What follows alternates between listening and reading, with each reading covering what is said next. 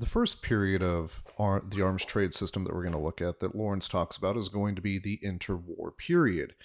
And we're going to look at the boundaries and environments first. The boundaries and environments that Lawrence talks to regarding the interwar arms trade system is first, the period is going to be from roughly 1930 to 1940.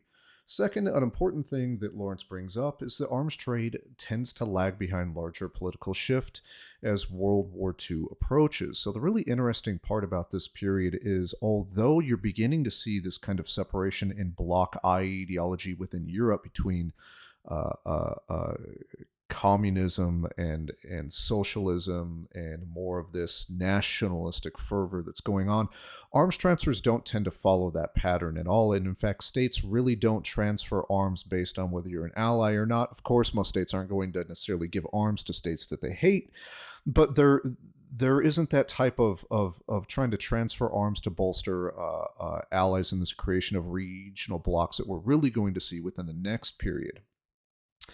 What Lawrence also finds is that the arms trade remains laissez faire during this period, which is really interesting because remember, there is this backlash from the laissez faire type of attitude that arms producers had prior to World War One. We had different commissions in Britain. We had books being written within the US that really blamed arms manufacturers for the outbreak of conflict. And although the politicians tend to pay lip service to it, that was basically it. The actual actions or patterns with the arms trade system still reflected this very laissez-faire type of attitude where governments rarely interfered in the arms transfers being dealt between private manufacturing or corporate firms and other nations. So we still are operating in this relatively free market, which isn't really governed by states so much right now.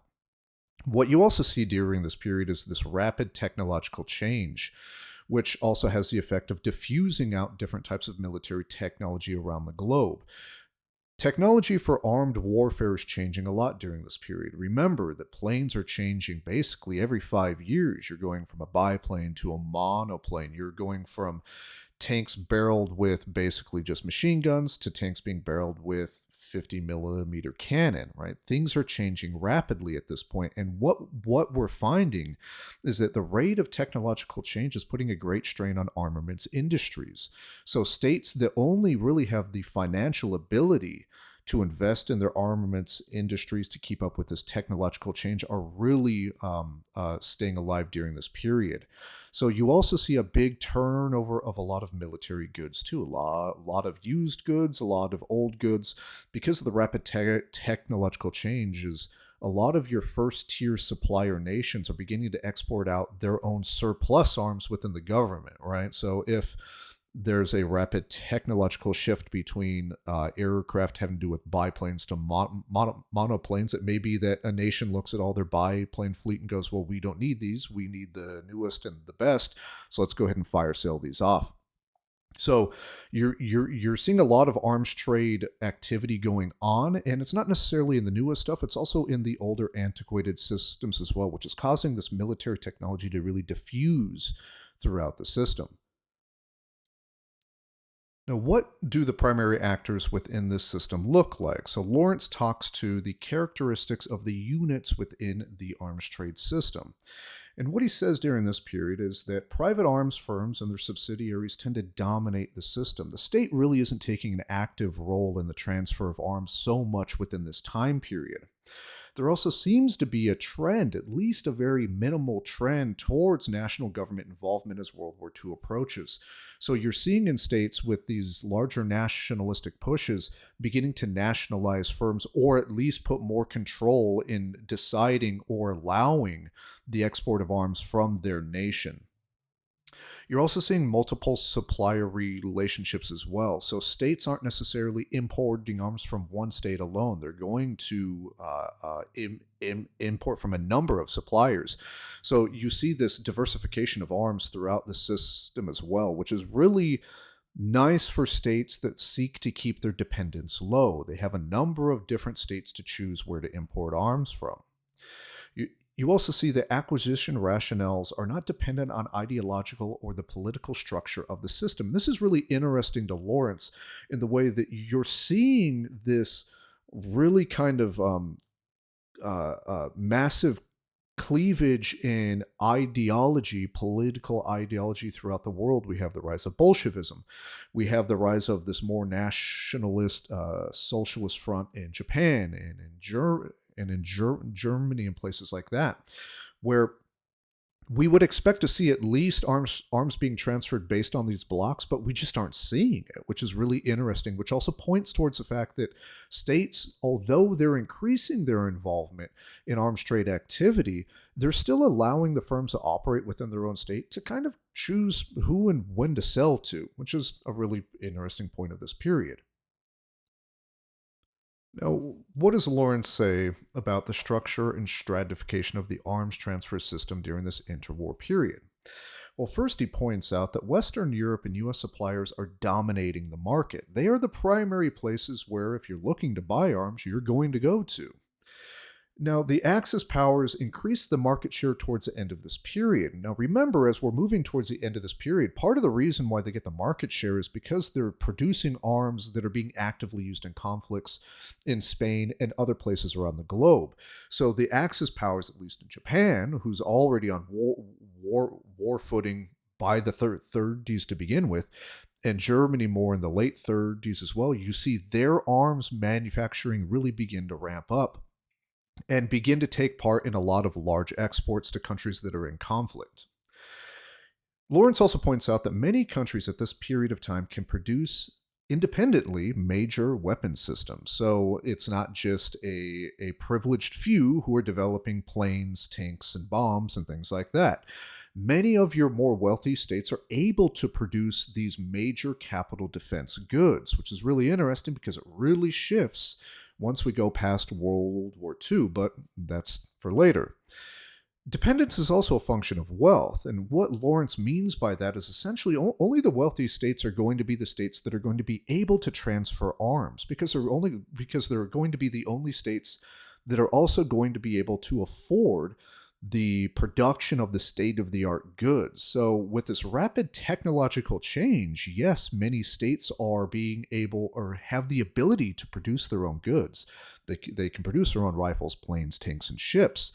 But because of the rapid technological shift, a lot of these are becoming obsolescent in a very short period of time. So only your larger states, your more wealthy states, are going to afford to keep up with the pace.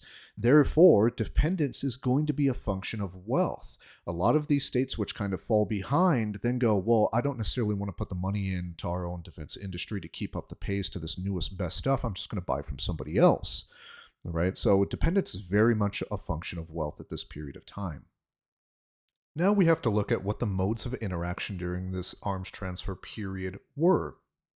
Lawrence points out that one important factor is that there's no grant aid during this period of time. So what does that mean? Well, it means that if you're going to buy arms, usually you had to have cash in hand. So the credit was primarily provided by private banks and firms. So if you're looking to buy arms as a state, you aren't going to get them as aid at this point in time. Remember, we're still operating within this kind of laissez-faire arms transfer system. So it basically means if you have the cash, they have the time, right? So you aren't going to get grant aid. States usually aren't, because we also have to remember too, the arms transfer patterns aren't necessarily based on these political ideological blocks just yet. So you can come to any state and want to buy arms, but you're going to have cash in hand. Licensing, if you remember from Krauss's book, Krauss speaks to this prior to World War I, is that licensing is still the dominant mode of transfer during this period, just like prior to World War I. If states can't produce those arms themselves, then they're going to license it out. So let's say that Great Britain is building the Spitfire, and let's just say I'm France and I really want that plane. I'm not necessarily going to buy it outright, but I'm going to go to them and say, hey, I have the ability, at least here, I have my own plane manufacturers here, which have factories and things like that. Can you come over and teach me how to do it, license the production out to me, and I'll just produce the Spitfire here in my own country. So because so many states within this time period have that basic industrial capability to produce arms, they aren't going to outright buy the arms from some supplier state. They're just going to license it out because they have factories within their own state. They're going to say, I'm going to pay you money. You're going to give me the drawings, the blueprints, and the technological know-how to produce these arms, but I'm going to produce them in my own state. I'm not going to buy directly from you.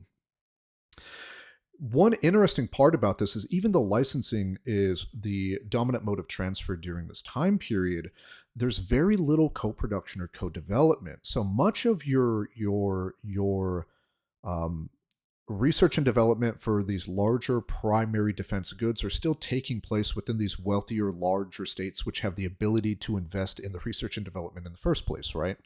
So your planes are coming out of Great Britain, planes are coming from the US, and so on and so on and so on. There's very little co-production where a supplier nation helps them build, some plane within their own country. They're just going to give them the blueprints and tell them good luck.